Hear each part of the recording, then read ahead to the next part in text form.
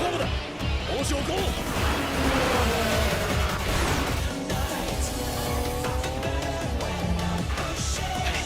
進入スピード。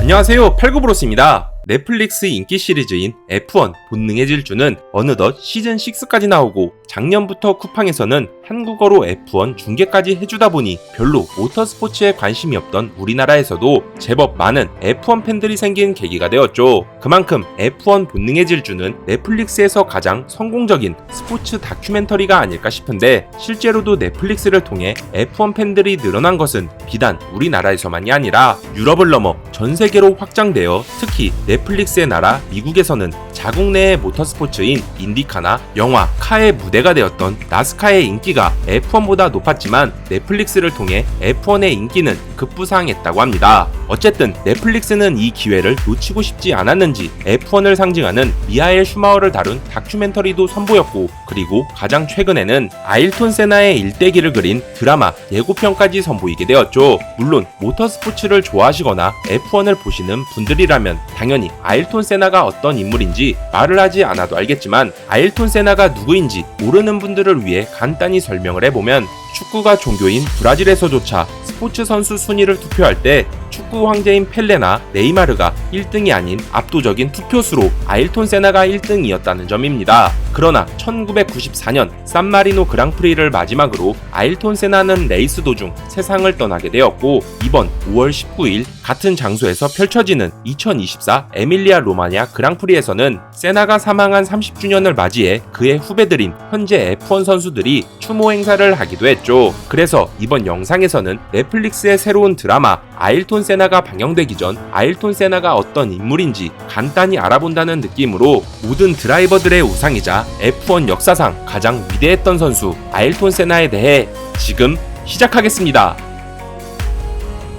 모터스포츠가 기반이 되었던 혼다 스포츠 프로젝트, 기술의 혼다라고 불리는 혼다 기영공업의 역사는 바이크부터 자동차까지 그야말로 모터스포츠에서 시작했다고 해도 과언이 아닌데, 그런 혼다는 1960년대부터 F1에 참가를 하면서 1980년대에 들어서는 본격적으로 혼다의 파워 유닛이 F1에서 강점을 발하며 맥라렌과 윌리엄스 같은 강팀에서 혼다의 파워 유닛을 사용하게 되었습니다. 여담으로 이때 맥라렌 혼다 F1 팀에서 우승한 두 선수는 F1의 전설인 알랭 프로스트와 아일톤 세나였죠. 어쨌든 당시만 해도 혼다의 모든 차량들은 FF 방식인 전방 엔진의 전륜 구동이었는데, 혼다는 거품 경제 속에서 불어난 돈을 주체하지 못했는지 F1 외에도 천문학적인 금액이 순삭되어 버리고 마는 모터스포츠에 발을 들여놓기 위해 자신들에게 부족했던 미드십 엔진의 후륜 구동으로 작동하는 스포츠카 개발에 뛰어들게 되었습니다. 그렇게 1985년 혼다는 혼다 스포츠라는 프로젝트를 시작하게 되었지만, 초반부터 혼다 연구 개발팀은 난항을 겪게 되었는데, 그 이유는 차량의 출력을 높이기 위해 배기량을 높이게 된다면 엔진의 무게는 무거워져 운전자가 차량 제어에 힘들어할 수 있고,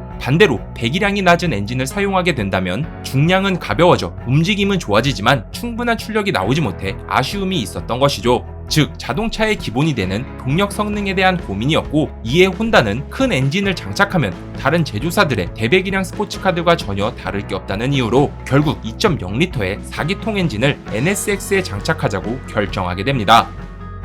운전의 재미를 주려 했던 NSX가 슈퍼카가 되기까지 출력의 부족한 부분을 운동 성능으로 극복하자는 연구개발팀의 마인드처럼 NSX는 스포츠카의 기준이 되는 중량 대 출력비를 위해 휠베이스를 토대로 최적의 중량 배분과 무게중심을 이끌어내며 도로 위를 달리는 F1카를 만들어내고자 했기에, 혼다는 여기서 더 나아가 고성능의 스포츠 바이크를 만들었던 경험을 살려 차량의 바디와 셰시 등 모든 주요 부품들에는 비행기와 신칸센 같은 고속 열차에나 사용되었던 알루미늄 합금을 사용했다고 하네요. 여담으로 알루미늄으로 만들어보자는 연구원의 말에 혼다는 기술의 혼다답게 마음껏 해봐라, 실패한다고 회사는 망하는 게 아니니까 라며 연구원들을 독려했다고 합니다. 어쨌든 NSX가 한참 개발되고 있을 때 혼다는 새로운 브랜드인 어큐라를 북미에 론칭하려고 하던 시점인지라 더욱 바쁘게 되었고, 여기서 미국 혼다 법인은 한술 더 떠 어큐라 출시에 맞춰 NSX도 출시하자고 제안을 하게 되었죠. 그런데 일본에서 NSX가 4기통 엔진으로 개발되고 있다는 사실에 미국 혼다 측은 깜짝 놀라며 미국 자동차 시장은 중량대 출력비는 전혀 관심이 없고 그저 4기통 엔진은 평범한 승용차 수준이라며 NSX 같은 스포츠카에는 6기통 엔진으로 가야 한다고 요청을 하게 됩니다. 그래서 혼다는 북미 시장을 포기할 수 없었기에 그 제안을 받아들였고 그렇게 4기통이 아닌 3.0L의 6기통 VTEC 엔진을 장착하게 되었죠. 하지만 예상 외로 기존보다 중량은 더 높아졌지만 출력도 더 높아지면서 그들이 걱정했던 중량대 출력비가 오히려 더 좋아져 결국 혼다가 원했던 이상향에 가까워진 모든 것이 조화로운 차량이 되었다고 합니다. 기술은 사람을 위해 존재한다는 혼다의 이념처럼 그렇게 탄생한 프로토타입의 NSX는 최종 주행 테스트만 남기게 되었는데 여기서 혼다는 맥라렌 혼다 F1 팀의 드라이버인 아일톤 세나에게 부탁해 스즈카 서킷에서 최대한 차량을 극한까지 몰아보라는 부탁을 하게 됩니다. 그 결과 아일톤 세나는 양산차 개발에 관련된 일을 해보지 않아 적절한 코멘트가 가능할지 모르겠지만 드라이버로서 차량을 타보니 셰시의 강성이 부족한 것 같다며 얘기를 하게 되었죠. 이에 혼다는 충분하게 강성이 확보된 셰시이고 수치상으로도 이상이 없었지만 기술은 사람을 위해라는 혼다의 이념처럼 자동차가 우선이 아닌 아일톤 세나의 말을 우선으로 따랐고 추후에는 위르브르크링 서킷에서도 더욱 다양한 드라이버들에게 피드백을 받으며 수치상뿐만 아닌 수치에 나오지 않는 인간의 감각으로도 그 문제를 풀어내며 안심하고 빠르게 달릴 수 있는 차로 개선하게 되었습니다. 그렇게 1990년에 출시된 혼다의 NSX는 당시 800만엔이라는 가격으로 일본에서 생산되는 양산 차량 중 가장 비싼 가격을 자랑했다고 하네요. 가장 순수하게 레이스를 즐길 수 있었던 카트 아일톤 세나 드라마는 총 6부작으로 구성되어 아마도 세나가 영국에서 본격적인 레이싱 커리어를 쌓아가던 시점부터 그 시작을 하겠지만 그가 생전에 말했던 카트를 타던 시절이 가장 순수하게 레이스를 즐길 수 있던 시절이었다는 말처럼 우선 그의 유년기를 살펴보면 1960년 브라질 상파울루에서 토지 및 공장을 소유하던 부유한 가정의 아들로 태어난 세나는 그가 4살이 되던 해에 아버지가 직접 만들어준 카트로 첫 운전을 시작하게 되었죠. 그리고 그가 13살 때 첫 출전한 카트 대회에서 우승을 하며 전국 선수권 카트 대회에서도 좋은 모습을 보여주게 되었는데 이때의 기억이 세나에게는 얼마나 행복했던 기억이었는지 F1에서 성공한 이후 지금까지 경쟁한 드라이버 중 가장 훌륭했던 드라이버는 누구였냐는 질문에 어린 시절을 회상하며 같이 카트를 탔었던 해리 플러턴을 꼽으며 그와의 경쟁은 돈도 정치도 개입되지 않았던 순수한 레이싱이었다고 인터뷰를 했다고 하네요.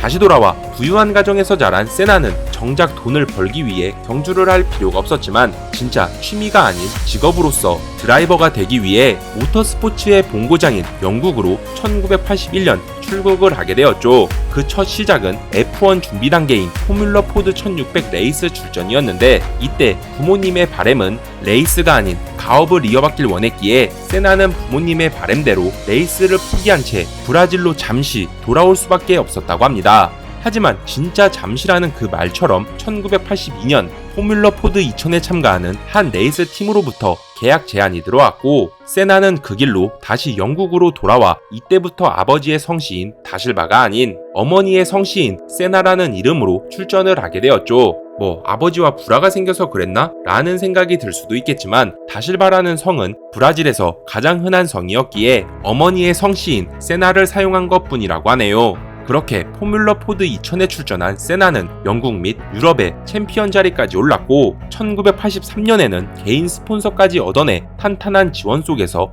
F3까지 참가해 총 20경기에서 12번의 우승으로 다른 선수들을 압도하며 정상으로 등극했다고 합니다. F1에 등장한 브라질 청년 아일톤 세나의 실력을 눈여겨본 로터스, 윌리엄스, 맥라렌, 브라밤 등 당시 다양한 F1 팀들은 테스트 주행을 통해 그를 영입하려 했는데 여기서 세나는 당시 현역 F1 드라이버들보다 빠른 랩타임을 보여주거나 비슷한 랩타임을 보여주며 떡잎부터 다르다는 것을 증명하게 되었죠. 하지만 요즘 F1처럼 과거 F1도 엄청난 금액이 투자되는 스포츠였기에 F1파는 그야말로 정치적으로나 금전적인 이해관계들 투성이었고 그 결과 스폰서들은 20대 초반의 어린 남미 청년을 반대하거나 혹은 자신의 팀의 리저브 드라이버로만 묶어두길 원했다고 합니다. 그래서 아일톤 세나는 약팀이었지만 당장 드라이버로 참가가 가능한 톨만 F1팀에서 1984년 데뷔를 하게 되었고, 당시 데뷔 인터뷰에서 나는 최선을 다할 것이지만 만약 팀에서 형편없는 차를 만든다면 난 언제든 이적을 할 것이고, 혹여 이를 막는다면 은퇴를 할 것이다 라고 했다고 하네요.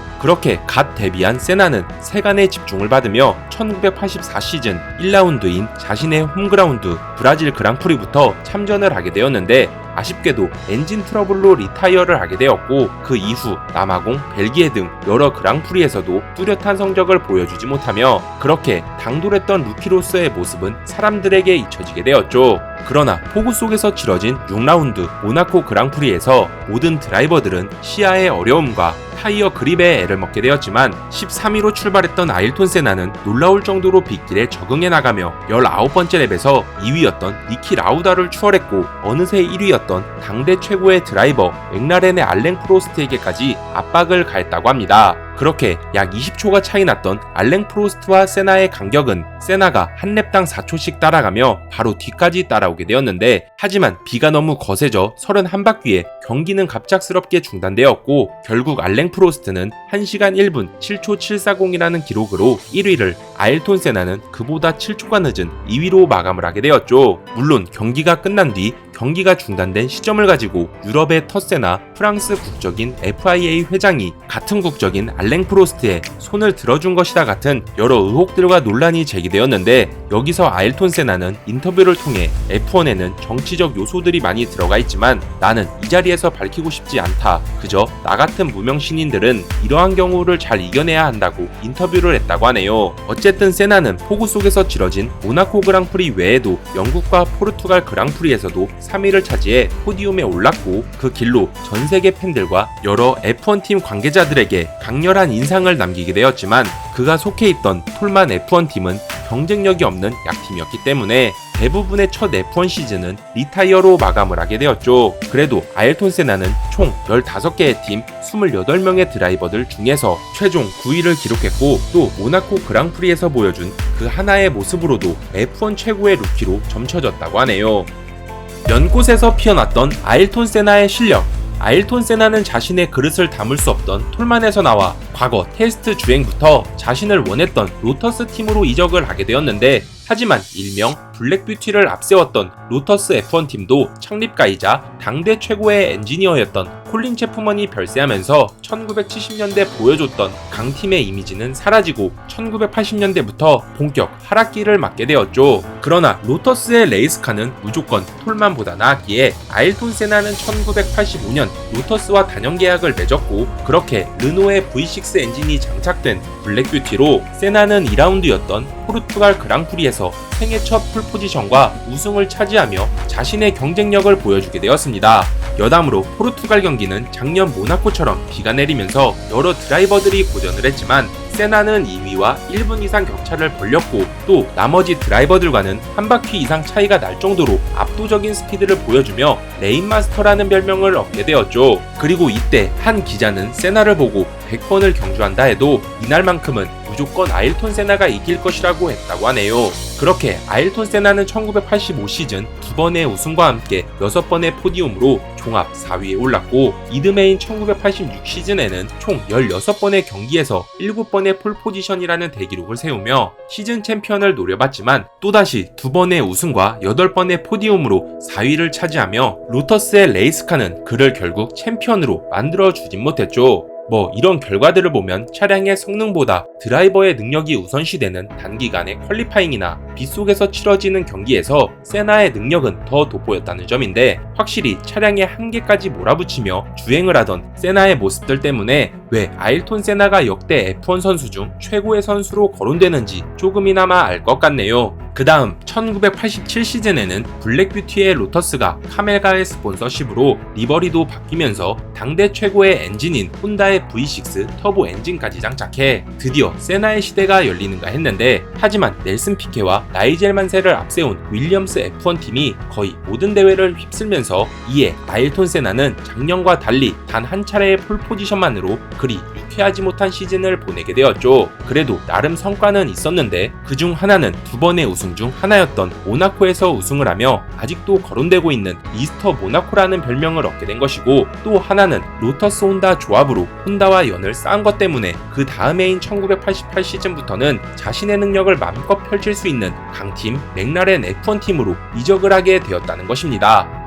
맥라렌과 알랭 프로스트 그리고 아일톤 세나, 당대 최고의 엔지니어인 고든 머레이가 차량을 설계하고 혼다의 강력한 엔진까지 장착한 맥라렌은 이미 챔피언을 2번이나 했던 알랭 프로스트 옆에 세컨 드라이버로 아일톤 세나까지 시트에 앉히며 총 16개의 그랑프리 중 단 한 경기를 제외한 15번의 경주에서 모두 우승을 차지해 맥라렌의 시대를 열게 되었습니다. 하지만 팀의 성적과 달리 이 둘의 관계는 그리 좋지 못했는데, 특히 시즌 막바지에 펼쳐진 일본 그랑프리에서 챔피언의 자리를 놓고 경쟁하던 세나는 엔진 문제로 10위권 밖까지 밀려나게 되었고, 반면 알랭 프로스트는 유유히 1위로 달리며 세 번째 월드 챔피언을 바라보게 되었죠. 하지만 갑작스런 비와 함께 아일톤 세나는 한두 명씩 무섭게 추월을 하기 시작했고, 알랭 프로스트는 갑작스러운 기어박스 문제를 겪으며 이 둘의 상황은 반대가 되어 결국 아일톤 세나는 일본 스즈카 서킷에서 극적인 우승을 차지하며 생애 첫 F1 챔피언이 되었고, 맥라렌의 터줏대감 알랭 프로스트는 3점 차로 준우승에 그치게 되었던 것입니다. 그리고 그 다음 해인 1989년에는 이 둘의 경쟁이 더 극에 달하며 팀에서조차 자신의 능력과 감각을 믿고 공격적인 드라이빙을 펼치던 세나팀과 냉정하고 레이스를 철저히 분석해 계산적인 드라이빙으로 포인트를 쌓아나가던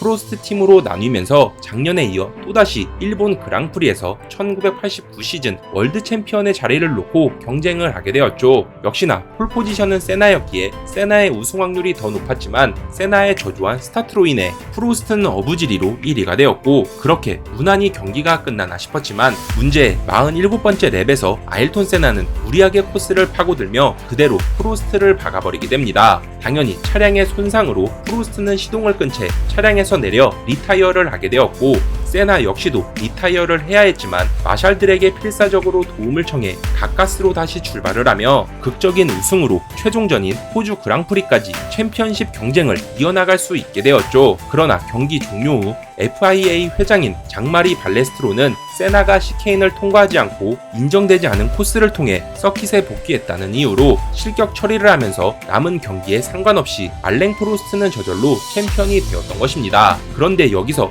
맥라렌과 세나는 과거 같은 코너에서 다른 드라이버들도 똑같이 코스인을 했지만 실격되지 않은 것을 증거로 항소를 했고, 결과는 그대로 기각되면서 이에 세나는 발레스트로 회장이 같은 국적의 프로스트에게 손을 들어준 것이라며 부당함을 토로했고, 그 반대로 프로스트는 자신과 더 오랜 시간을 함께 해왔던 맥라렌이 아일톤 세나 측에서 같이 항소한 것을 보고 많은 배신감을 느꼈다고 하네요. 맥라렌의 퍼스트 드라이버 아일톤 세나. 1990 시즌 페라리로 이적한 프로스트는 어김없이 그 해에도 아일톤 세나와 거의 우승을 나눠 가지며 결전을 벌이게 되었는데, 역시나 약속의 땅인 일본 스즈카 서킷에서 챔피언의 행방은 결정이 되는 듯했죠. 하지만 작년과 달리 이번에는 아일톤 세나의 경기 결과에 상관없이 프로스트가 일본에서 우승을 해야만 챔피언이 될 수 있는 상황이었는데, 여기서 갑자기 폴포지션 그리드가 레코드라인 반대편인 오른쪽으로 변경이 되면서 폴포지션이었던 아일톤 세나는 불리하게 경기를 시작할 수밖에 없게 된 것입니다. 물론 그리드 변경을 위해 적극적으로 세나는 항의를 했지만 역시나 무산되었고, 그렇게 경기가 시작이 되면서 이번 그리드였던 프로스트는 세나를 쉽게 추월해 첫 번째 코너를 맞이했는데, 그러나 여기서 세나는 감속하지 않고 그대로 프로스트와 충돌을 하면서 둘 다 리타이어를 맞게 되었죠. 당연히 경기가 끝난 뒤 인터뷰에서 프로스트는 세나에게 자신이 불사조인 줄 안다, 비양심적인 드라이버다, 패고 싶다 등 자신의 심기를 드러냈고, 이에 세나도 그에 굴하지 않고 욕까지 사용하며 폴포지션 그리드를 포함해 경기의 부조리함을 비난했다고 하네요. 어쨌든 1990 시즌 챔피언이 된 아일톤 세나는 1991 시즌에도 맥라렌과 함께하게 되었고, 자신의 염원이자 F1에 데뷔한 지 약 7시즌 동안 우승이 없던 자신의 홈그라운드 브라질 그랑프리에서 폴포지션과 함께 우승 트로피도 올리게 되었죠. 하지만 그 과정은 정말 순탄치 않았는데 54번째 랩에서 아일톤 세나는 기어박스 문제를 겪으며 오직 6단밖에 사용하지 못하는 상황을 맞이했고, 다시 없을 이 기회를 위해 자신의 헬멧이 상징하던 브라질 국기처럼 조국을 위한 마음으로 6단만을 사용해 총 7랩을 더 돌아 2위와 단 2.9초 차이로 우승을 하게 되었다고 하네요. 공도도 아닌 가감속을 반복해야 하는 서킷에서 오직 6단만 사용한다라 저로서는 감히 상상도 안 되는데, 당연히 경기가 끝난 뒤 아일톤 세나는 장갑을 벗지 못할 정도로 근육에 무리가 있었지만 포디움에 올라 브라질 국기까지 흔들며 그를 응원하던 브라질 국민들에게 여러분들의 성원이 너무 뜨거워서 우승을 하는 것 말고는 달리 방법이 없었습니다. 그리고 이 우승은 저만이 아닌 여러분 모두가 같이 이뤄낸 우승입니다 라고 화답을 했다고 합니다. 이 이후로도 아일톤 세나는 8번의 폴포지션과 7번의 우승으로 자신의 세 번째 월드 타이틀을 획득했고, 그의 인생에서 마지막 챔피언이었던 1991 시즌을 그렇게 마무리하게 되었죠. 인간 대 기계, 그리고 맥라렌에서의 마지막 1992 시즌 아일톤 세나를 태운 맥라렌은 여전히 강력한 레이스카였지만 F1 최고의 엔지니어라 할 수 있는 아드리안 뉴이가 1991 시즌부터 맥라렌 최대의 라이벌인 윌리엄스 F1 팀에 합류하게 되면서 윌리엄스 차량은 급속도로 발전했고, 결국 1992 시즌 윌리엄스는 막대한 예산과 지원을 바탕으로 르노의 파워 유닛까지 장착하며 F1 2대의 명작이라 할 수 있는 FW14B 차량을 만들게 되었습니다. 반자동 변속기와 트랙션 컨트롤, 그리고 ABS와 그 악명 높던 액티브 서스펜션까지 그야말로 윌리엄스의 레이스카는 기존 사람이 자동차를 운전하는 시대에서 자동차가 알아서 주행해주는 새로운 시대를 열게 되었고, 반면 맥라렌은 차량의 업데이트가 늦어지면서 액티브 서스펜션은 고사하고 강력한 파워 유닛을 공급하던 혼다까지 1992 시즌을 끝으로 F1 철수를 발표하며 과거 타 팀을 압도하던 강력한 모습은 사라지게 되었죠. 그렇게 1992 시즌은 시작되었고, 역시나 윌리엄스의 차량들은 날개가 달린 듯 16개의 그랑프리에서 무려 15번의 폴포지션과 10번의 우승을 차지하며 윌리엄스의 두 드라이버들은 월드 챔피언과 준우승을 차지했고, 아일톤 세나는 모나코, 헝가리, 이탈리아에서 우승을 가져갔지만 시즌 4위로 마감을 하게 되었죠. 여담으로 아일톤 세나는 그 실력도 실력이지만 모든 F1 선수들이 뽑은 최고의 선수이기도 한데, 그 이유는 1992 벨기에 그랑프리 퀄리파잉에서 사고로 기절한 에릭 코마스를 보고 곧바로 차에서 내려 그에게 달려가 굉음을 내고 있던 엔진을 꺼 2차 화재 사고를 막으면서 또 의료진이 도착할 때까지 머리를 세워 기도를 확보해 같은 동업자이자 경쟁자를 구했기 때문입니다. 먼지가 자욱한 서킷에서 당연히 자신도 위험했을 텐데, 그런 위험을 무릅쓰고도 낭만 있는 행동을 보여준 이러한 점 때문에 왜 아일톤 세나가 F1 선수들이 가장 존경하는 F1 드라이버인지 조금이나마 알 것 같네요. 다시 돌아와 1993 시즌을 맞이한 맥라렌은 포드의 엔진과 액티브 서스펜션을 적용하며 세나를 앞세워 다시 한 번 더 챔피언의 자리를 노려봤지만, 이에 질세라 윌리엄스는 이미도 강력했던 FW14B를 더 가다듬어 FW15C를 만들었고, 심지어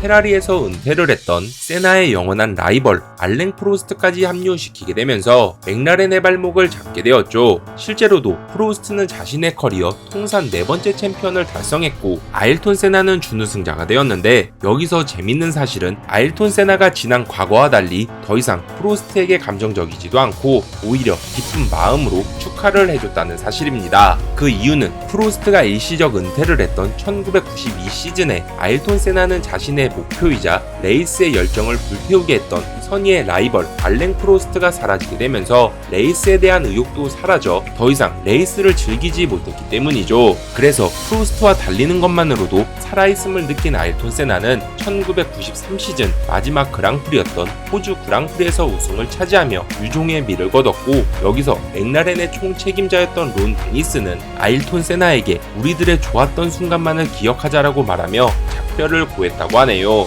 그렇게 아일톤 세나는 맥라렌을 떠나 자신을 챔피언으로 만들어줄 수 있는 윌리엄스로 이적해 또다시 영원한 라이벌 알랭 프로스트와의 대결을 꿈꿨지만, 이미 전성기를 지나 40을 바라보던 알랭 프로스트는 세나와의 경쟁이 버거웠는지 1993 시즌을 끝으로 은퇴를 하게 되었죠.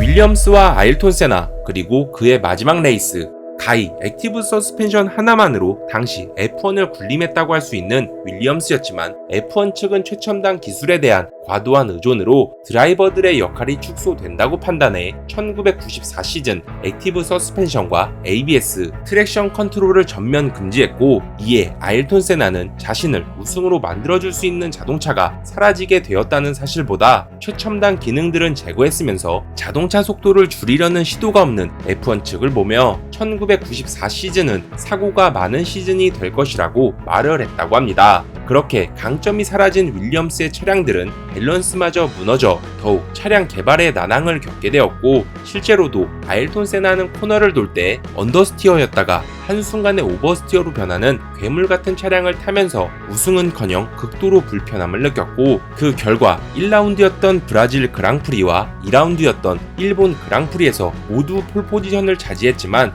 리타이어를 하게 되었죠. 물론 리타이어를 한 이유는 어떻게 보면 차량과 크게 상관이 없긴 한데, 문제의 3라운드 산마리노 그랑프리에서 모든 비극을 초래하는 검은 기운이 다가왔고, 그렇게 금요일 예선전에서 조던 소속의 루벤스 바리첼로는 다행히 큰 부상은 없었지만 고속으로 달리던 도중 코너 탈출 시 차가 날아오르며 베리어와 충돌해 아찔한 장면을 연출했고, 그 불안감은 토요일에도 이어져 결국 심텍 소속의 롤란드 라첸베르거는 시속 200km가 넘는 속도로 콘크리트 베리어에 충돌해 숨을 거두는 사고가 일어났기 때문입니다. 이에 아일톤 세나는 실려가는 라첸베르거를 보며 굉장히 불안해하는 모습을 보였고, 그런 아일톤 세나를 걱정스럽게 보던 한 사람이 있었는데, 그는 루벤스 바리첼로와 롤랜드 라첸베르거의 사고 현장을 수습했던 책임자이자 1970년대부터 F1 전문의로 활동했던 시드 와킨스라는 인물이었죠. 심지어 이 인물은 나이를 떠나 세나와 각별한 사이였는데,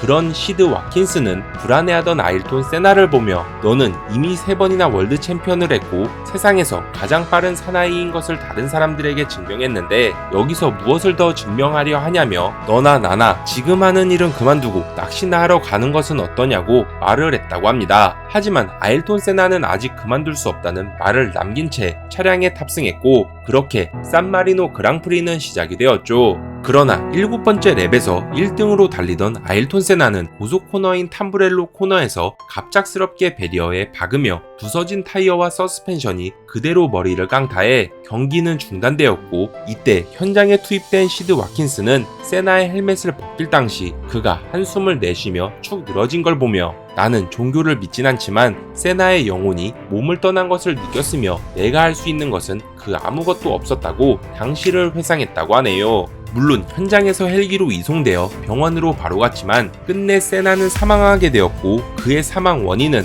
윌리엄스 차량의 결함이나 다운포스 변화로 인한 그립 상실 혹은 아일톤 세나의 실수 등 여러가지 설이 제기되었다고 합니다. 여담으로 현재 F1 드라이버들도 세이프티카인 AMG GTR이나 에스턴 마틴의 벤티지가 너무 느려서 타이어 열이 식어 그립력이 떨어진다고 불평을 놓고 있는 상황인데, 당시 산마리노 그랑프리에 투입되었던 세이프티카는 고성능 차량도 아닌 오펠사의 벡트라라는 차량이었고, 이에 1등이던 아일톤 세나는 세이프티카에 여러 번 붙어가며 계속 속도를 높여달라고 했다고 합니다. F1의 안전은 선수들의 피로 쓰였다는 그 말처럼 세나가 사망한 후 F1 측은 세이프티카와 베리어 및 의료 서비스 그리고 모든 안전 사항들을 대거 변경하게 되었죠.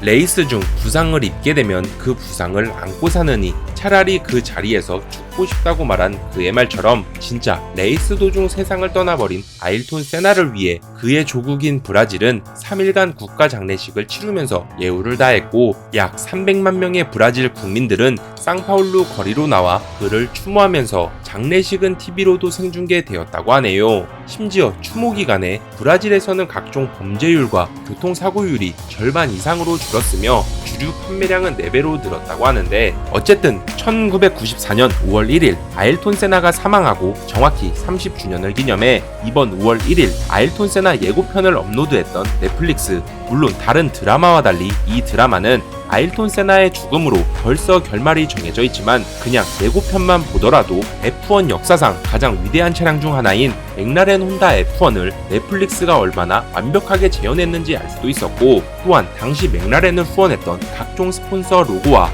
심지어 요즘에는 담배 광고가 금지되어 볼 수도 없는 말보로 로고까지 그대로 영상에 담아낸 것을 보면 넷플릭스가 얼마나 많은 기업들에게 협조를 구하면서까지 현실을 고증하려 했는지 느껴지는 것 같습니다. 단순 스포츠 스타가 아닌 브라질의 국민적 영웅 아일톤 세나에 대한 이야기는 여기까지이며, 다음 영상에서는 더욱 재미난 소재를 다뤄보도록 하면서 이번 영상은 여기서 마치도록 하겠습니다. 오늘의 정보는 어떠셨나요? 재밌게 보셨다면 좋아요와 구독 부탁드리겠습니다. 끝.